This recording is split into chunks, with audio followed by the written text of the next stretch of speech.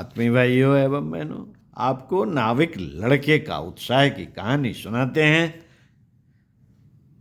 दूसरों को देखते समय भी प्रधानता हमारे अपने ही दृष्टिकोण की हुआ करती है।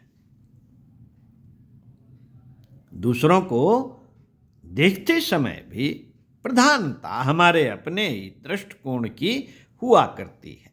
हताश व्यक्ति को चारों ओर अर्थहीनता, नीरसता ही दिखाई पड़ती है।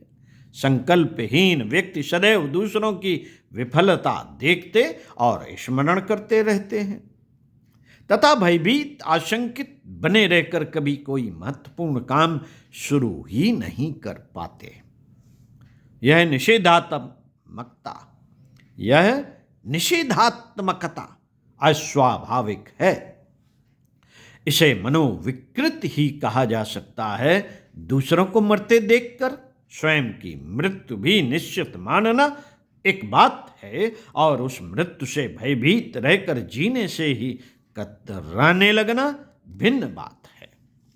निराश दृष्टिकोण पाल लिया जाए तब तो किसी भी काम में हाथ लगाते न बनेगा। एक नदी में मल्लाह का लड़का नाव चला रहा था। नदी में काफी पानी था और नाव गहरे में थी। सहायता के लिए कोई पास न था। एक सौदागर गौर से देर तक उस नाविक लड़के को देखता रहा। लड़का बराबर पतवार चलाता रहा, हिम्मत से आगे बढ़ता ही गया। अंत में नाव किनारे पर आ लगी। सौदागर उससे बातें करने का इच्छुक था। उसने पूछा, क्यों जी बाबा की मृत्यु कैसे हुई? तुम्हारे बाबा की मृत्यु कैसे हुई? लड़का आश्चर्य में पड़ गया। अजीब सा सवाल था वह। इस तरह के सवाल के लिए कदापि तैयार नहीं था। बाल नाविक ने दुख भरे स्वर में उत्तर दिया,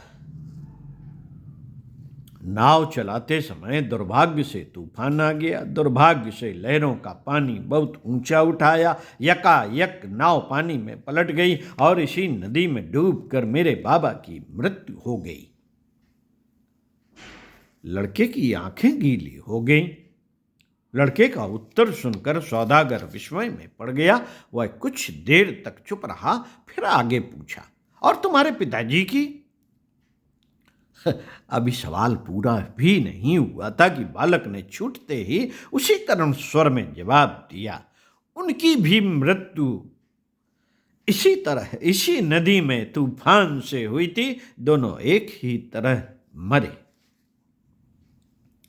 अब सौदागर दुख से उद्विग्न था, मन में परेशानी दबाए था। कुछ देर तक चुप रहकर बोला, मेरे नन्हे दोस्त, जब तुम्हारे बाबा और तुम्हारे पिता दोनों ही नाव चलाने के लिए इस खतरनाक काम में मौत के शिकार हुए हैं तो तुम जानबूझकर इस खतरनाक काम क्यों कर रहे हो?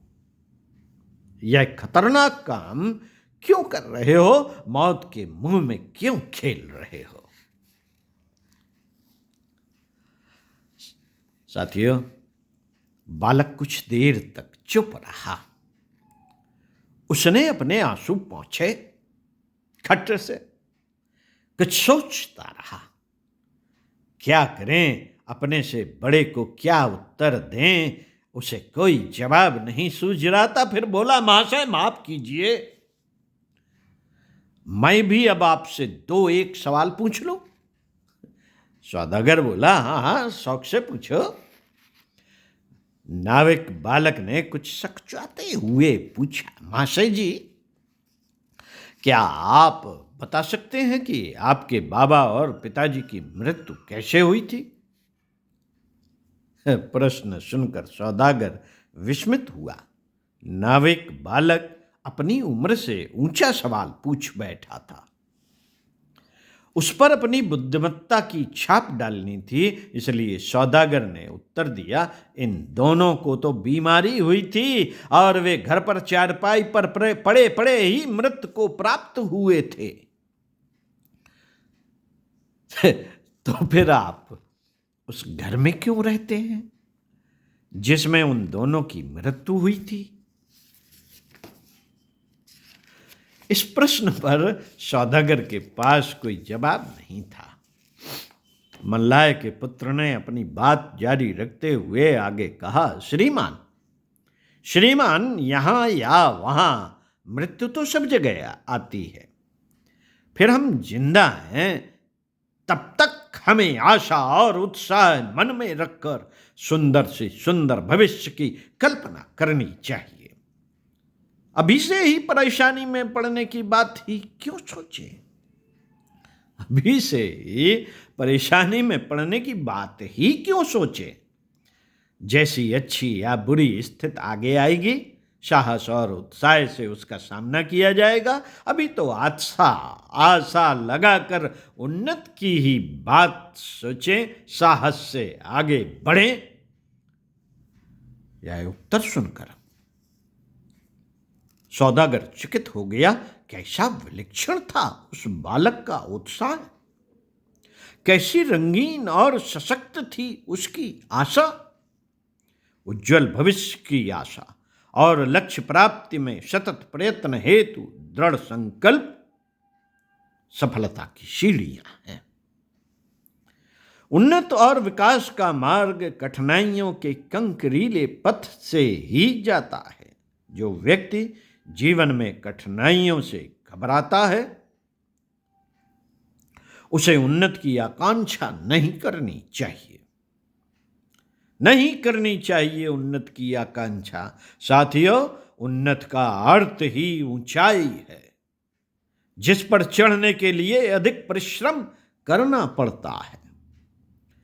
पतन की ओर चलने से मनुष्य को न तो कोई विशेष श्रम करना पड़ता है और न उसे अधिक विलंब लगता है। मित्रों, यदि दो आदमियों में से एक को निम्नगामी और दूसरे को ऊर्ध्वगामी मार्ग पर चलाया जाए, तो जहां तक निश्चित दूरी पर पहुंचने के लिए ऊर्ध्वगामी को एक दिन लगेगा, वहां निम्नगामी को कोई परिश्रम न करना होगा। ऊर्ध्वगामी पसीना पसीना हो जाएगा। उन्नत के मार्ग में कठिनाइयां स्वाभाविक हैं। कठिनाइयां स्वाभाविक हैं उन्नत के मार्ग में। यदि ऐसा ना होता तो संसार में सभी महान बन सकते थे। कोई साधारण सामान्य अथवा पतित होता ही नहीं। कठिनाइयों पर विजय पाने का संकल्प जागृत रहे तो वह पूरा होगा ही।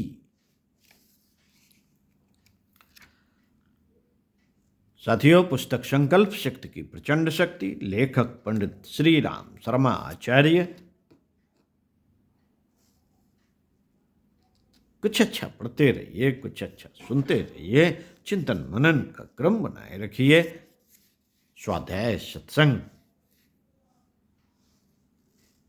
का क्रम चल ही रहा है साथियों।